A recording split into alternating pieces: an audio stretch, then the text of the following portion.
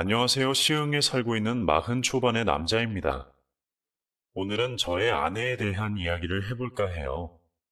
저는 행복한 사람이었습니다. 대학교 때 등산 동아리에서 처음 만난 아내는 결혼을 하고 나서도 여전히 야외 활동을 좋아했어요. 저도 그런 아내의 취미가 싫지 않아서 저희는 주말이 되거나 연휴가 다가오면 차를 끌고 야외 캠핑을 가거나 바다 근처로 차를 끌고 가서 아내와 바닷바람을 쐬기도 했었죠. 사실 등산도 하고는 싶은데 나이가 들어서 그런지 등산은 하면 체력이 너무 바닥이 나더라고요.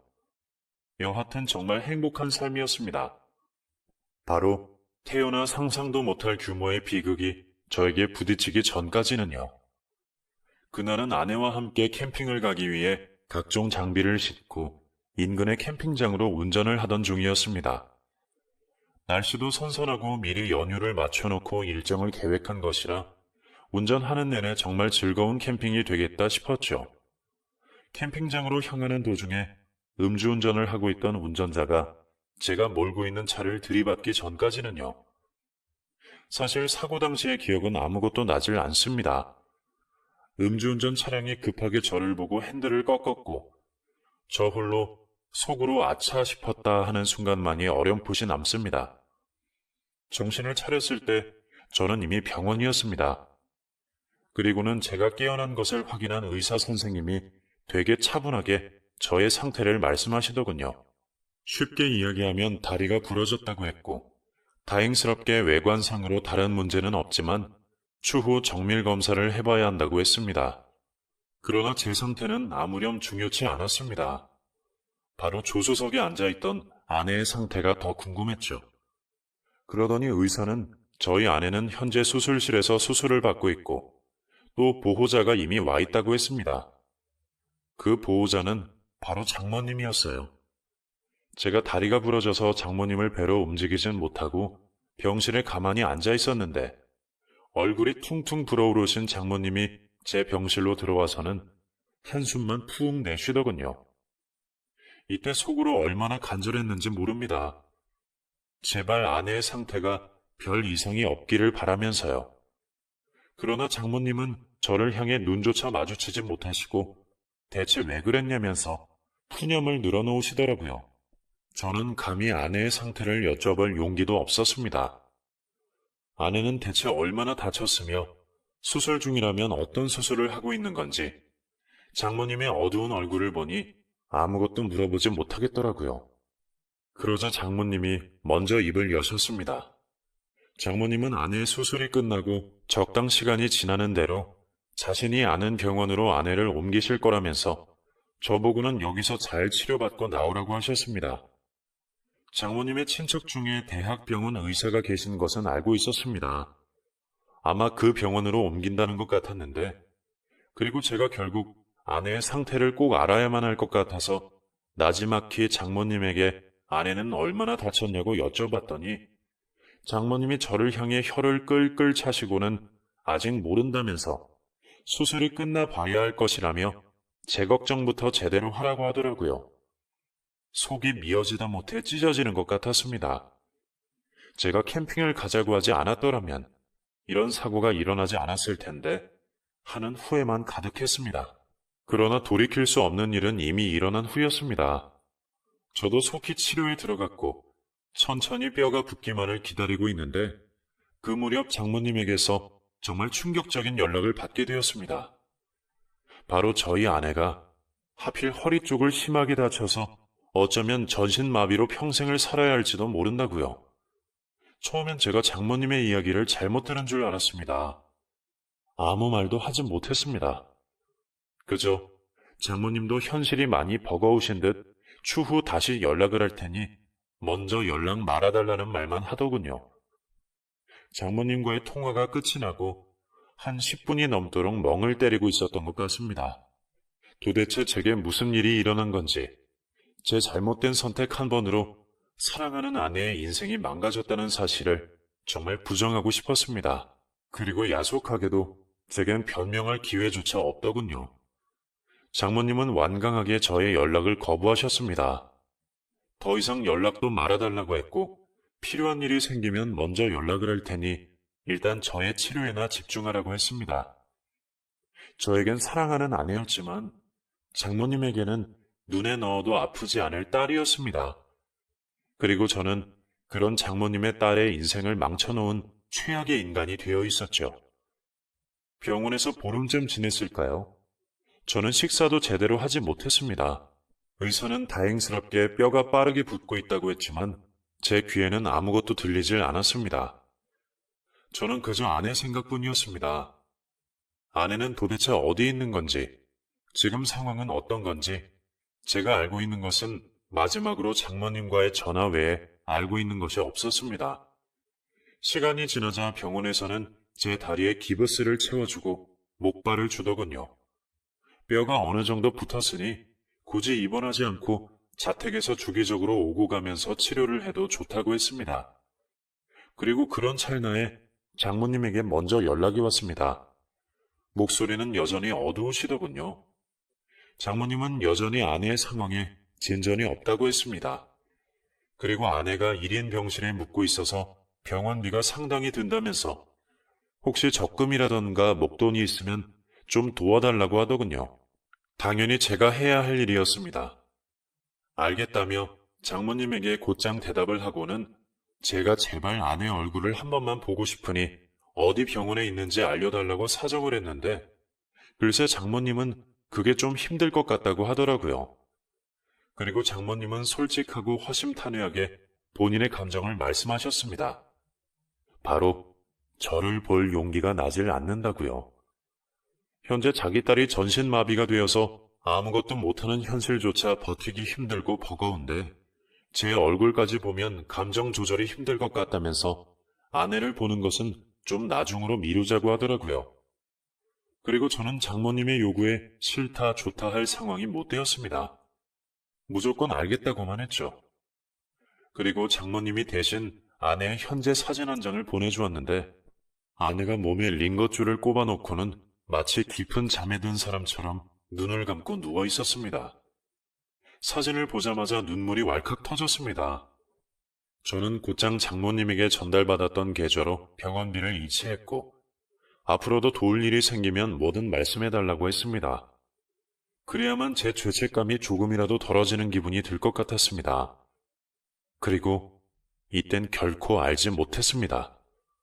장모님이 제게 병원을 알려주지 않은 이유와 아내를 만나지 못하게 했던 진짜 이유를 감히 상상조차 하지 못했죠. 목발을 짚고 택시를 타고 집에 도착하고 나니 그동안 사람 없는 집에 먼지가 많이 쌓여 있었는지 집이 정막으로 가득하더군요. 겨우내 침대에 눕자마자 정말 한참을 울었습니다. 도무지 현실을 받아들이는 게 힘들었습니다. 그래도 이대로 좌절할 수는 없겠다 싶었습니다. 기운을 내야만 했죠. 일단 저는 직장에 제 상황을 알렸습니다. 당장은 집에 들어왔지만 출퇴근은 좀 힘들 것 같다. 당분간은 재택으로 일을 하겠다고 말이죠. 제가 말단 사원이나 대리가 아니라 그래도 팀장급 직원이라 가능했을지도 모릅니다. 그리고 저는 당장 제가 운용 가능한 현금을 샅샅이 뒤졌습니다. 주식은 얼마나 가지고 있고 당장 현금화를 얼마나 시킬 수 있는지 꼼꼼히 알아봤습니다. 다름 아닌 아내의 병원비 때문이었습니다. 일전에 장모님이 저에게 병원비를 부탁하셨을 때 대체 몇 개월분의 병원비를 달라고 하신지는 모르겠지만 액수가 생각 이상으로 크더라고요. 그래서 저는 앞으로 얼마나 걸릴지 모를 아내의 병간호를 위해서 최대한 많은 돈을 준비해두려 하고 있었습니다. 그리고 이런 제 마음을 알고 있었을까요? 아니나 다를까 장모님에게 전화가 걸려오더군요.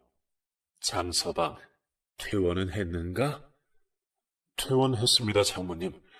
그보다 아내는 좀 어떤가요? 그때랑 똑같아. 진전이 없어. 그나저나 돈이 너무 많이 들어가서 문제일세. 돈이요? 돈이라면 얼마든지 보태겠습니다. 말씀만 주십시오.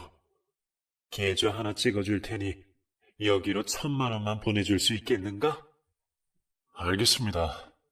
그보다 저도 정말 아내 상태를 좀 확인하고 싶습니다. 이러한 제 호소에도 장모님은 장시간 대답이 없으시더군요.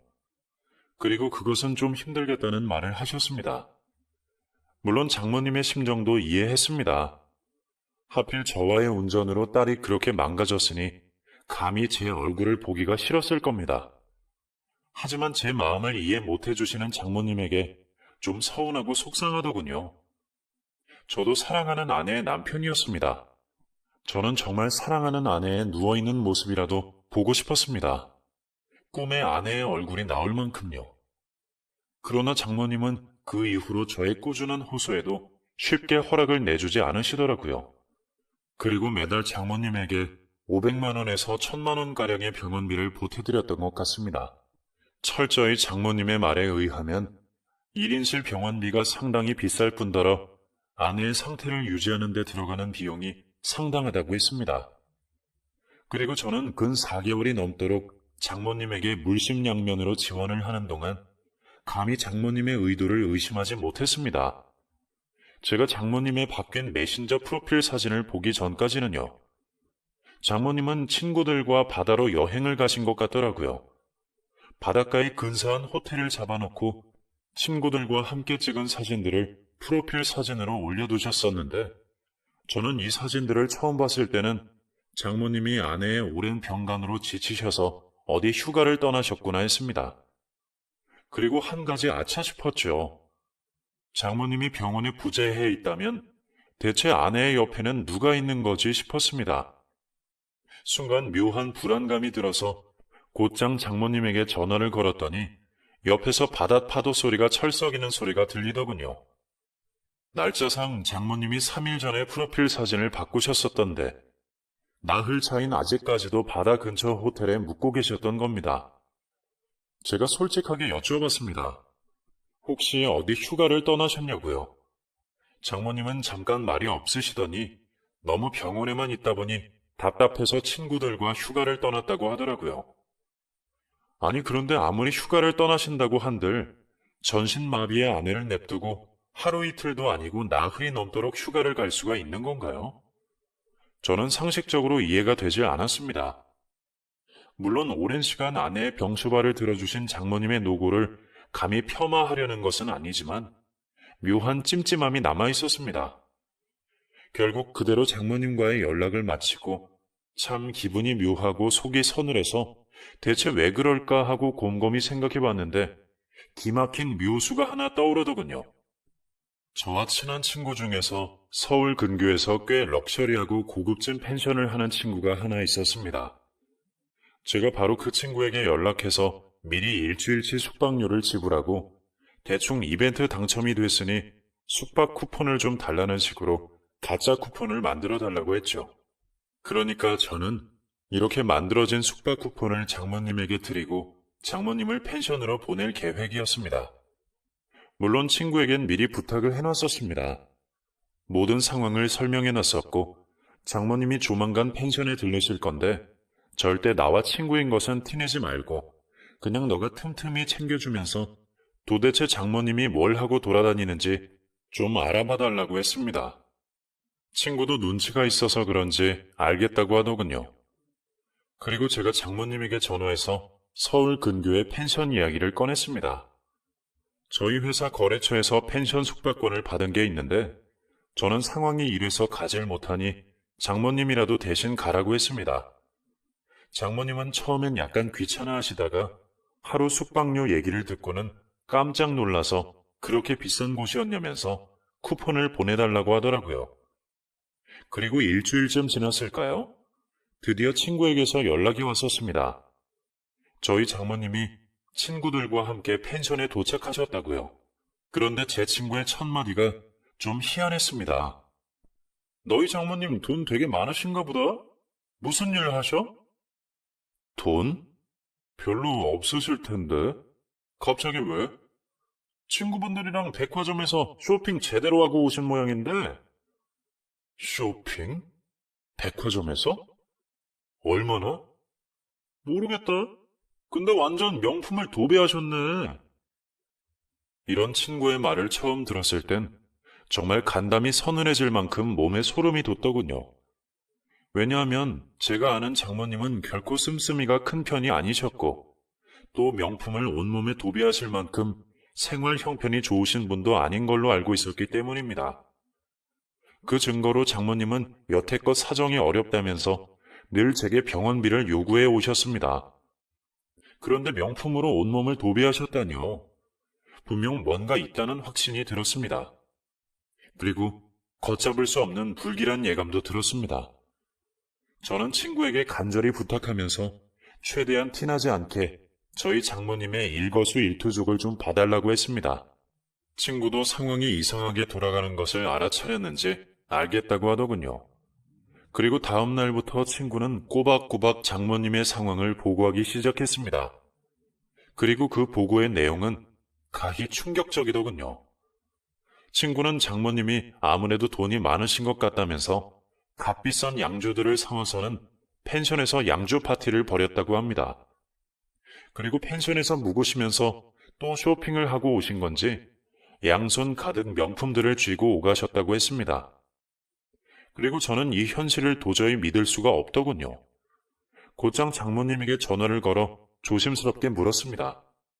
혹시 펜션에서 휴가는 잘 보내셨느냐고, 아내는 잘 지내고 있냐고 말입니다. 장모님은 여전히 펜션이라고 답하셨고, 아내는 간병인이 잘 수발을 들고 있다고 했습니다. 물론 장모님이 명품을 사고 친구들과 놀러 가시는 것은 온전히 장모님의 자유였습니다. 그러나 장모님은 대체 돈이 어디서 나셨길래 그런 명품들을 사들고 다니신다는 건가요? 돈이라면 제가 아내의 병원비 목적으로 건네준 돈밖에 없는데 설마 하는 불길한 생각이 자꾸만 머리를 떠나질 않았습니다. 그리고 나흘쯤 지나서 다시 장모님에게 연락이 오더군요. 또다시 병원비의 목적으로 500만 원을 보내달라는 것이었습니다. 이때 저는 뭔가 잘못 돌아가고 있다고 확신했습니다. 그리고 오직 한 가지 생각만이 남았죠. 어떻게 해서든 아내의 얼굴을 직접 봐야겠다. 장모님에게 아내를 보게 해달라는 것은 이제 더 이상 의미가 없을 것 같았고, 결국 제가 홀로 찾아야겠다 싶었습니다. 그리고 그 첫 단서가 바로 장모님이 일전에 보내주신 제 아내가 병실에 누워있는 사진이었습니다. 사진 속의 아내는 병원복을 입고 있었고 그 사진을 확대하여 보니 아내가 입고 있는 병원복의 마크가 얼추 보였습니다. 그 마크가 대체 어디 병원의 것인지 알아내기 위해 몇 시간을 컴퓨터를 뒤졌는지 모릅니다. 3시간쯤 됐을까요? 드디어 아내가 입원해 있는 병원의 위치를 알 수 있게 되었습니다. 아내에게 조금 더 가까워진 기분이 들었습니다. 그러나 문제는 이제부터였습니다. 첫째로 장모님과 마주쳐서는 안 됐었습니다. 일단 저는 병원까지 차를 가져다 대고 먼저 장모님에게 전화를 걸었습니다. 제가 대뜸 어디 계시냐고 여쭤봤더니 휴대폰 너머로 엄청 웅성이는 사람들 목소리가 들리더라고요. 장모님은 친구들을 보러 잠깐 바깥에 나왔다고 하셨는데 아마 백화점에 가신 듯 했습니다. 평소에도 제가 장모님에게 안부 전화를 종종 드렸기 때문에 장모님이 저를 의심하는 기색은 없으셨지만 최대한 빠르게 병원에 들어가서 아내가 어디 들어가 있는지 알아내야만 했습니다. 당초에 언제 장모님이 병원으로 오실지 몰랐기 때문이죠. 그리고 그 넓은 병원에서 웅성이며 돌아다니는 환자들을 보고 있자니 도무지 아내가 있는 병실을 골라 찾을 엄두가 나질 않았습니다. 그러다 결국 병원 정문에서 장모님이 들어오는 것을 기다리기로 결심했죠.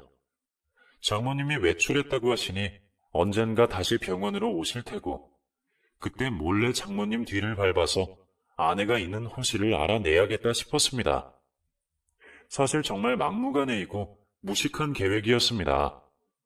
장모님이 당초에 언제 돌아오실지도 모를 뿐더러 설령 장모님이 정문으로 들어오실지 후문으로 들어오실지도 모르고 만약 들어오시는 걸 제가 깜빡하고 놓친다면 그야말로 모든 게 허투루 돌아가기 때문이죠.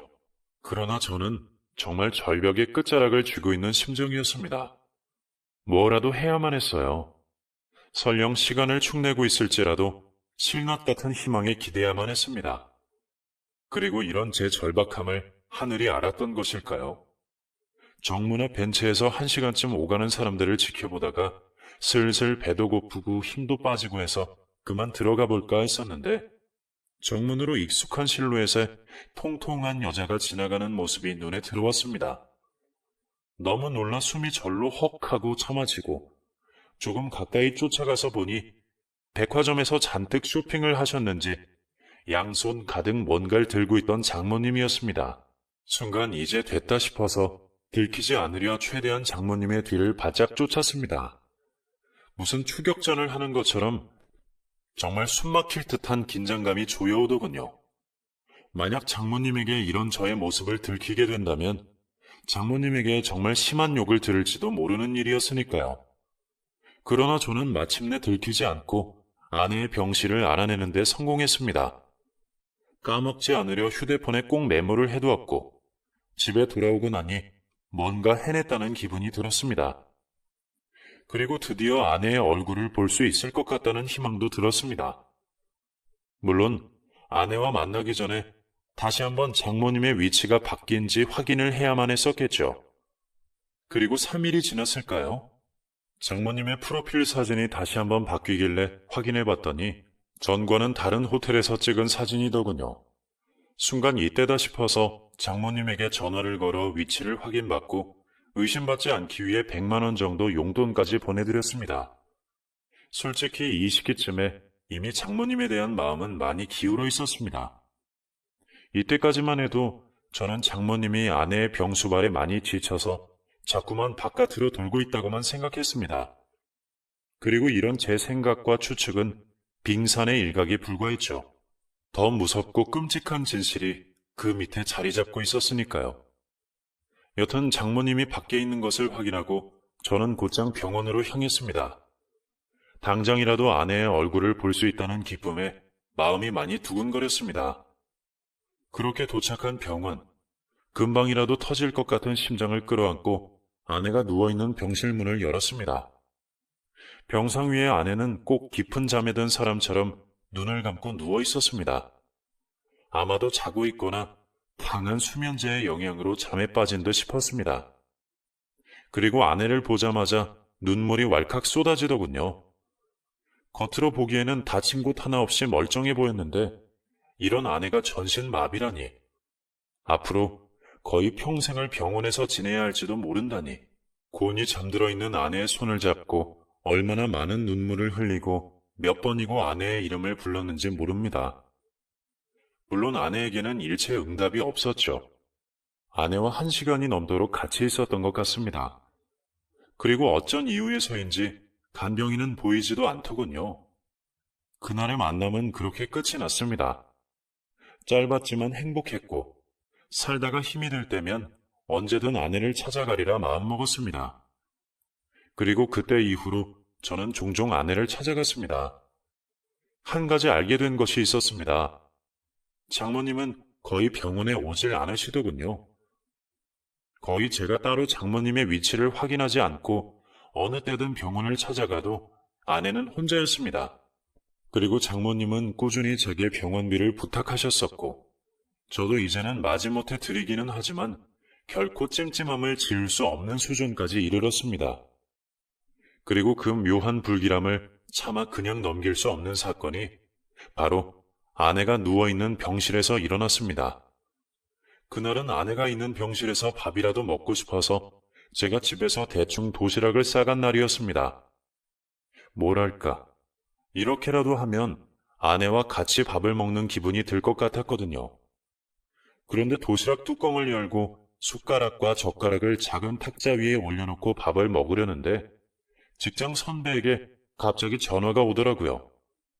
통화가 길어질 것 같아서 병실 밖으로 나와 15분이 넘도록 일 얘기를 했었습니다. 물론 저는 멀리 가지 않고 아내의 병실 입구 주위를 어슬렁거리며 통화를 하고 있었습니다. 곧장 통화를 마치고 다시 병실에 들어가 탁자를 봤는데 숟가락이 바닥에 떨어져 있더군요. 처음엔 숟가락이 바닥에 떨어졌구나 싶어서 숟가락을 다시 주워 탁자 위로 올리는데 뭔가 이상한 겁니다. 숟가락이 떨어졌다? 저는 분명 숟가락과 젓가락을 탁자 위에 가지런히 올려놓고 나갔는데 또 제가 병실 앞에서 전화를 하며 어슬렁거려서 아내의 병실 안으로 들어온 사람이 없는 것도 분명히 확인을 했는데 숟가락이 떨어졌다는 것은 도대체 어떻게 해야 일어날 수 있는 일인가요? 병실 안에는 선풍기나 에어컨도 없어서 바람 자체가 불지를 않았습니다. 또한 만약에 제가 자리에서 일어나다가 실수로 탁자를 건드리는 바람에 숟가락이 바닥에 떨어진 것이라면 곧장 짤그랑 하는 소리가 났어야 하는데 저는 그런 소리조차 듣지 못했습니다. 제 시선은 곧장 아내에게 향했습니다. 이게 대체 무슨 일인 건지. 분명 누가 탁자를 건드려서 숟가락이 떨어진 게 분명했는데 아내는 분명 전신마비로 손가락 하나 움직일 수 없는 상황인데 도대체 무슨 일이 일어난 건지 납득이 가지 않더군요. 정말 만에 하나 아내가 움직여서 제 탁자 위에 숟가락을 건드렸다면 하는 망상도 잠시 해봤지만 그것은 말 그대로 망상이었습니다. 결코 일어날 수 없는 일이라고 생각했습니다. 그러나 그날 이후로 저는 아내를 찾아갈 때마다 아내의 손을 꼭 붙잡고 저의 속마음을 털어놓곤 했습니다. 정말 하나부터 열까지 솔직하게요. 장모님이 수상하다. 결코 의심하고 싶지 않았지만 알고 보니 장모님은 나에게서 받은 병원비로 당신의 치료가 아니라 명품 가방을 사고 노는데 전부 쓰시는 것 같다. 저는 마치 하늘에게 기도하듯이 아내에게 이런 저의 진심을 털어놓았습니다. 그리고 저의 이런 행동이 일주일쯤 반복됐을까요? 그날도 여전히 저는 아내와 함께 식사하는 기분이라도 내어버려 홀로 아내 앞에서 도시락을 싸먹고 아내가 좋아하는 음악을 틀어놓고 아내의 손을 꼭 잡은 채로 한때 아내가 참 좋아했던 시집을 읽어주고 있었습니다. 그런데 아내의 손을 잡고 있는 저의 손바닥 위로 따스한 손길이 포개어 얹어지더군요. 그리고 그 따스함의 주인은 바로 아내였습니다. 처음엔 무슨 일이 벌어진 것인지 내가 지금 헛것을 보고 있는 것인가 싶어서 아무 말도 나오질 않았습니다. 그러나 제 손을 포개어 잡고 있는 사람은 분명 아내였습니다. 아내의 두 눈에는 눈물이 고여 있었고 곧이어 얼어붙어 있는 저를 향해 나지막히 미안하다고 말하며 저를 꼭 안아주더군요. 마치 꿈을 꾸는 것 같았습니다. 설마 내가 다른 사람의 병실을 착각해서 들어왔나 하고 말도 안 되는 오해를 할 정도였습니다. 그러나 상처 하나 없이 여전히 아름다운 얼굴로 저를 향해 울고 있는 사람은 다시 보아도 분명 아내였습니다. 제가 황급히 놀라 당장 담당 의사를 부르려고 했더니 아내가 급하게 저를 말리더군요.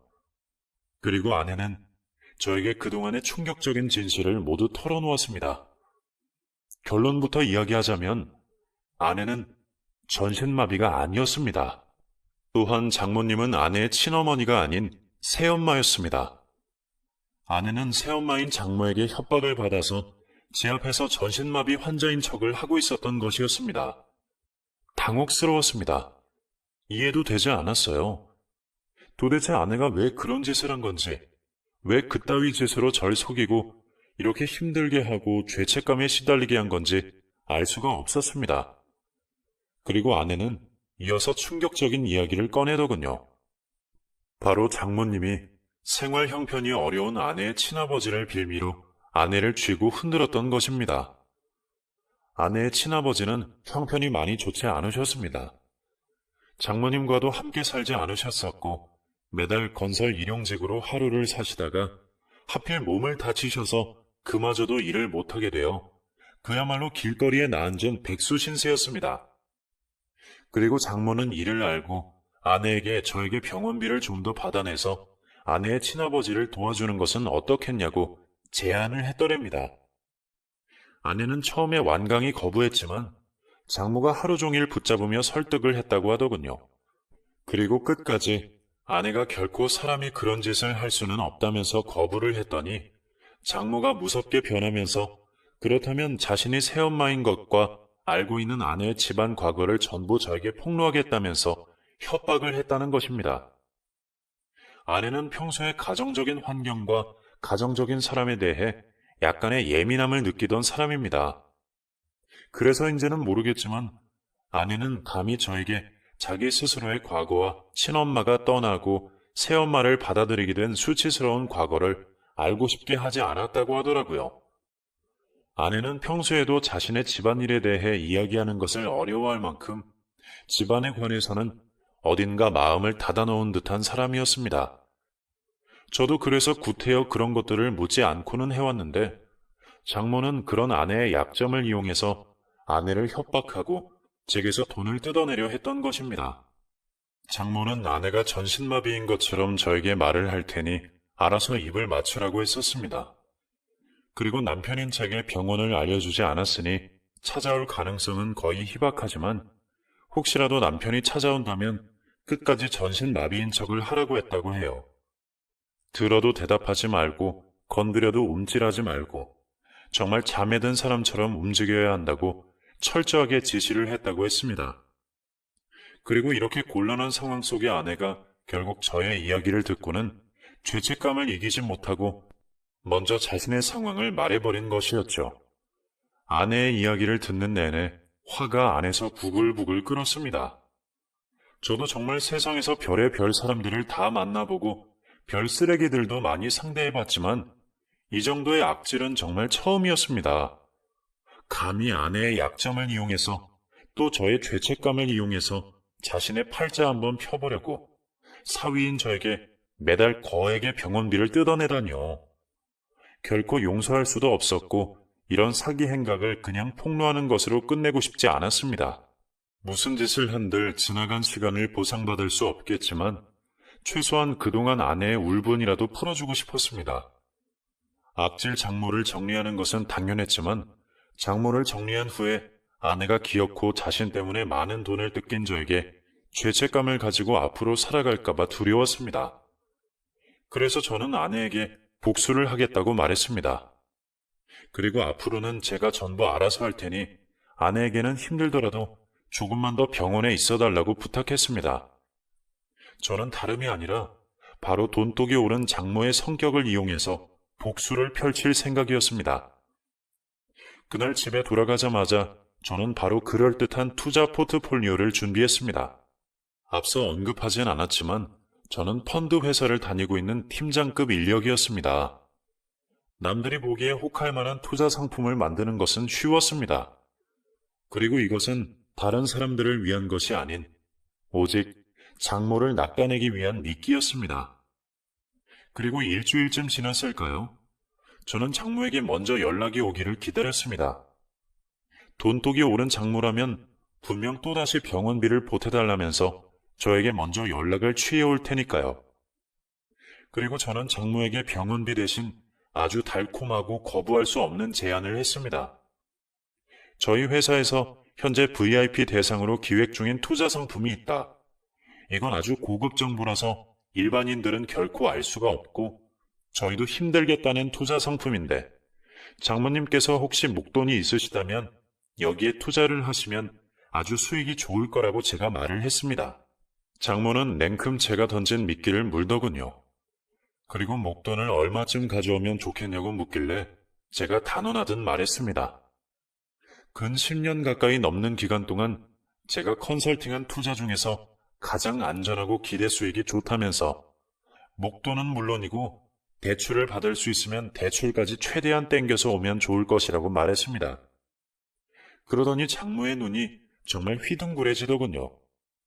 마치 탐욕스러운 두꺼비를 보는 듯 했습니다. 시간이 보름쯤 지났을까요? 장모는 아마 제가 그동안 준 돈으로 샀었던 명품까지 전부 되팔아가면서 돈을 모았던 모양입니다.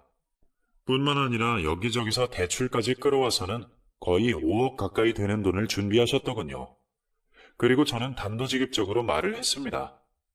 능력 있는 사위 하나 믿고 그 자산을 제게 맡겨달라. 후회하지 않으실 거라고 말입니다. 장모는 잠시 고민하고 몹시 떠는 듯 하더니 이내 알겠다는 표정으로 제게 돈을 맡기셨습니다. 이로써 제가 세운 계획은 거의 끝을 보이는 듯 했습니다. 저는 곧장 아내에게 연락을 했습니다. 당장 병원 밖으로 나오라고 했습니다. 아내는 일이 잘 해결됐느냐고 물었고 저는 일단 당장이라도 아내의 손을 잡고 아내를 껴안고 싶어서 나오라고 했습니다. 아내가 너무 보고 싶었거든요. 정말 오랜만에 아내와의 저녁 데이트를 했습니다. 아내는 여전히 저에게 한없이 미안한 모습을 보였지만 저는 되려 아내에게 고맙다고 했습니다. 덕분에 저런 쓰레기 같은 장모를 정리할 수 있게 되었다. 당신이 아니었으면 나는 그런 장모에게 평생을 속아서 빈털터리가 됐을 거라고 말이죠. 그리고 장모에게 연락을 주기로 한 시간을 일부러 어기면서 저는 이어서 오는 장모의 연락을 모조리 차단했습니다. 장모는 뭔가 이상한 낌새를 느낀 건지 아니면 벌써 일이 잘못되고 있다는 것을 알아차린 것인지 모르는 번호로까지 전화를 걸며 저와 연락을 취하려고 하시더군요. 그러나 물론 장모의 목소리를 확인하고는 전부 끊어버렸습니다. 이제 됐다 싶었습니다. 저는 곧바로 아내의 손을 붙잡고 장모의 집으로 향했습니다. 그리고 저는 벌떡 일어서서 있는 아내의 손을 붙잡고 장모 앞에 당당히 섰습니다. 장모는 꼭 어리 빠진 사람처럼 저희 둘의 모습을 보더니 정말 태연하게 또 거짓말을 늘어놓더군요. 바로 아내가 언제 퇴원을 했냐면서 언제 몸이 괜찮아졌냐면서 아직 상황 파악도 제대로 되지 않은 것인지 아내의 손을 붙잡고 감히 격려를 하려는 듯한 모습을 보였습니다. 그래서 제가 장모의 손을 뿌리치며 그 더러운 손을 치우라고 했습니다. 그리고 저는 그동안의 모든 진실을 장모에게 과감히 털어놓았습니다. 당신이 한 추악한 행위와 거짓말은 이미 전부 알고 있다. 투자 상품을 기획하고 당신에게 돈을 받아낸 것도 전부 그 복수를 하기 위함이었더라고요. 순간 장모는 다리에 힘이 풀렸는지 그대로 거실 바닥에 털썩 주저앉았습니다. 그리고 저를 향해 비명을 지르듯 외치더군요. 장서방, 제발 이러지 말게. 나를 한 번만 용서하게. 감히 내 이름을 입에도 언급하지 마십시오. 당신은 사람도 아닙니다. 장서방, 이러면 정말 나 죽네. 자네가 이러면 안 되잖아. 좀 살려주게. 더 이상 할 얘기도 하고 싶은 이야기도 없습니다. 알아서 잘 사세요. 장모는 저와 아내가 현관을 벗어나는 순간까지 제 바짓가랑이를 붙잡으며 매달리더라고요. 정말 사람이 돈만 쫓다가 이렇게 추해지고 무너지나 싶었습니다. 물론 저는 이따위 악질 인간에게 한 줌의 동정도 들지 않았습니다. 저는 그 길로 아내와 함께 장모와의 연을 끊었습니다. 다시 아내와의 행복한 결혼 생활을 즐기기엔 저희 둘에게 너무나 큰 사건이 있었어서 당장은 쉽지 않겠지만 저는 차차 아내의 다친 마음의 문을 열어주려고 합니다. 사실 이제는 무서워서 자동차를 몰지도 못하겠습니다. 아내도 이제는 야외 취미보다는 안에서 안전하게 즐기는 취미에 재미를 붙여나가고 있습니다. 이후로 장모에게는 꾸준한 연락이 왔었습니다. 정말 끝까지 자신의 동정 어린 상황을 보여주면서 제게 동정표를 사려고 하더군요. 장모는 매일같이 제게 장문의 편지 같은 메시지를 보내왔습니다. 제발 이러지 말아달라는, 이러면 자신의 삶이 정말 힘들어진다는, 그리고 항상 사진도 함께 보내왔습니다. 장모가 반찬 가게에서 일하고 있는 사진, 아파트에서 청소부로 일하고 있는 사진, 새벽이 되면 야쿠르트 배달을 하는 사진들을 제게 보여주면서 자신이 이렇게나 힘들게 살고 있으니 제발 한 번만 용서하고 도와달라는 말을 하려는 듯 했습니다. 물론 저는 그 문자 메시지들을 읽어보면서 콧방귀나 실컷 뀌었습니다. 사람은 쉽게 변하지 않습니다. 심지어 이 정도의 악질은 결코 세월이 흘러도 변하지 않을 겁니다.